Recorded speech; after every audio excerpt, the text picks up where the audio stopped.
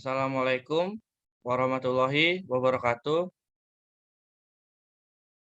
Saya ingin mempresentasikan tentang riset pasar strategi bisnis dan analisis bisnis dengan pemahaman analisis SWOT. Yang beranggotakan pertama ada Dafa Ahmad Faisah, yang kedua ada Fajar Cahaya, Surya Basudewo Ramamukti, Michael Lawrence, Yoga Kurniawan Lulus Ruswantoro. Lalu di sini ada pengertian analisis SWOT.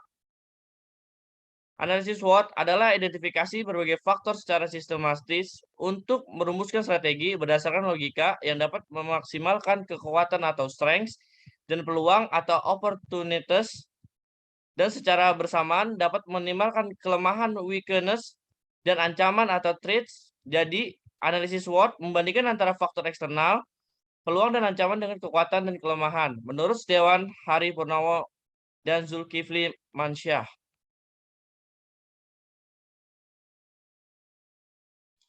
Di sini ada analisis SWOT. Yang pertama dari dalam atau sifat organisasi atau produk. Lalu ada membantu dalam mencapai tujuan dan menghambat dalam mencapai tujuan. Yang membantu dalam mencapai tujuan ada kekuatan atau strength. Yang menghambat dalam mencapai tujuan ada kelemahan atau weakness. Di kekuatan atau strength, apa kemampuan kita, dan di kelemahan atau weakness, apa kekurangan kita. Lalu ada dari luar atau sifat lingkungan sekitar. Untuk membantu dalam mencapai tujuan ada peluang atau opportunities, menghambat dalam mencapai tujuan ada ancaman atau threats. Di peluang atau opportunities ada kemungkinan apa saja yang ada, dan di ancaman atau threats peristiwa apa saja yang akan terjadi. Di sini ada kekuatan. Yang pertama, apa yang menjadi kekuatan. Yang kedua, apa yang Anda kerjakan dengan baik. Yang ketiga, apa yang dilihat orang lain sebagai kekuatan. Yang keempat, apa yang dilakukan dengan baik oleh lembaga. Yang kelima, apa rekam jejak yang baik. Yang keenam, di mana organisasi Anda bersaing dengan baik. Di kelemahan yang pertama ada apa yang berlangsung kurang optimal dibandingkan dengan keinginan. Yang kedua, kompetisi apa yang berlangsung dengan baik. Yang ketiga, apa yang dapat diperbaiki. Yang keempat, apa yang telah dilakukan secara tidak baik. Yang kelima, hal apa yang harus dihindari. Lalu ada peluang. Yang pertama, jika tidak ada hambatan, apa yang akan dilakukan. Yang kedua, apa yang mungkin dilakukan. Yang ketiga, di mana posisi yang diinginkan dalam 5 tahun ke depan. Yang keempat, dengan siapa ingin bekerja. Yang kelima, perubahan finansial, pemerintahan, legislatif dapat menguntungkan di masa depan. Yang keenam, apa yang akan terjadi dalam beberapa tahun yang akan datang. Yang ketujuh, apa yang dapat menjadi solusi win and win. Lalu di ancaman yang pertama ada apa yang menghambat perkembangan. Yang kedua, siapa lagi yang ingin mengambil alih tugas atau pekerjaan peranan. Yang ketiga, apa yang dilakukan oleh organisasi pesaing. Yang keempat, apakah teknologi perkembangan baru mengubah peran. Yang kelima, perubahan apa yang akan terjadi. Yang keenam, hambatan macam apa yang dihadapi. Yang ketujuh, dapatkah mengatur pembiayaan jangka pendek dan jangka panjang. Grand Strategi Samsung Electronics Corporation.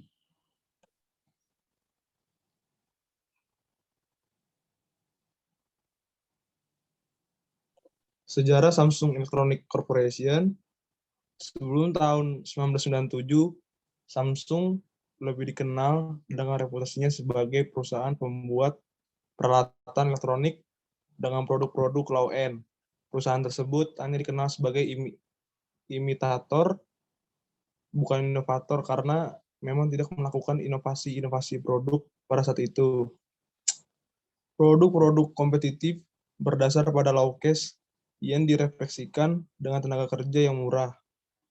Samsung belum mempunyai brand value dan belum memiliki pasar internasional. Strategi yang dilakukannya pada saat itu adalah cost atau price leadership. Selanjutnya, saya akan menerangkan tentang visi, misi, dan tujuannya. Visi Samsung Electronics Corporation untuk dekade terkini adalah inspire the world, create the future.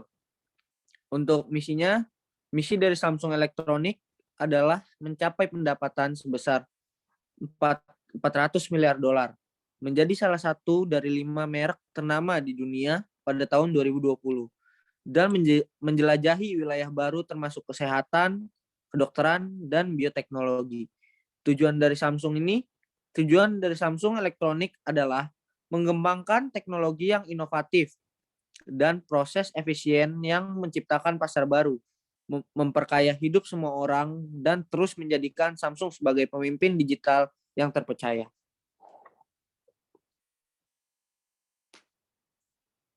Selanjutnya ada kekuatan. Yang pertama, Samsung memiliki brand image yang melekat di masyarakat. Dan yang kedua ada Samsung Electronics menjadi salah satu dari 3 perusahaan manufaktur elektronik terbesar dalam dekade ini. Ada kelemahannya. Kelemahannya yang pertama, struktur organisasi terlalu luas karena diverifikasi produk yang luas. Yang kedua, corporate culture masih belum terlalu kuat. Kesempatannya yang pertama ada produk-produk yang ditawarkan Samsung merupakan produk kebutuhan rumah tangga yang selalu dicari. Kedua, ada tingkat gengsi pada masyarakat yang selalu ingin memiliki produk elektronik terbaru dan tercanggih. Ancamannya yang pertama adanya ketergantungan produk-produk lokal pada negara tertentu sehingga pasar sulit ditembus. Yang kedua, ada krisis finansial yang menyebabkan turunnya daya beli masyarakat.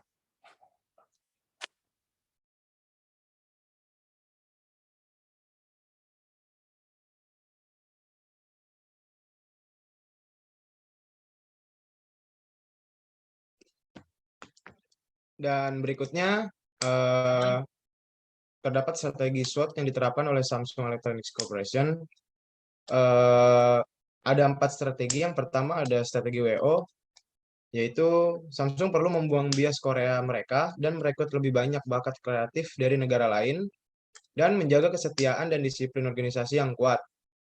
Selanjutnya ada strategi SO, yaitu terus mengadakan partnership dengan perusahaan-perusahaan ternama untuk menghadapi pemasaran tiada batas. Dan selanjutnya fokus pada hardware dan perangkatnya dan berkolaborasi dengan provider konten. Strategi ST terdapat membuat brand image Samsung lebih mendunia sehingga konsumen lebih tertarik pada Samsung dan mengalokasikan sumber daya pemasarannya untuk meningkatkan citra merek. Selanjutnya ada strategi WT, yaitu menciptakan brand image yang lebih kuat untuk menarik lebih banyak konsumen dan selalu berinovasi secara intensif dan tetap mengupayakan desain-desain yang menarik agar dapat terus menciptakan produk baru dan revisinya dalam waktu yang singkat. Baik,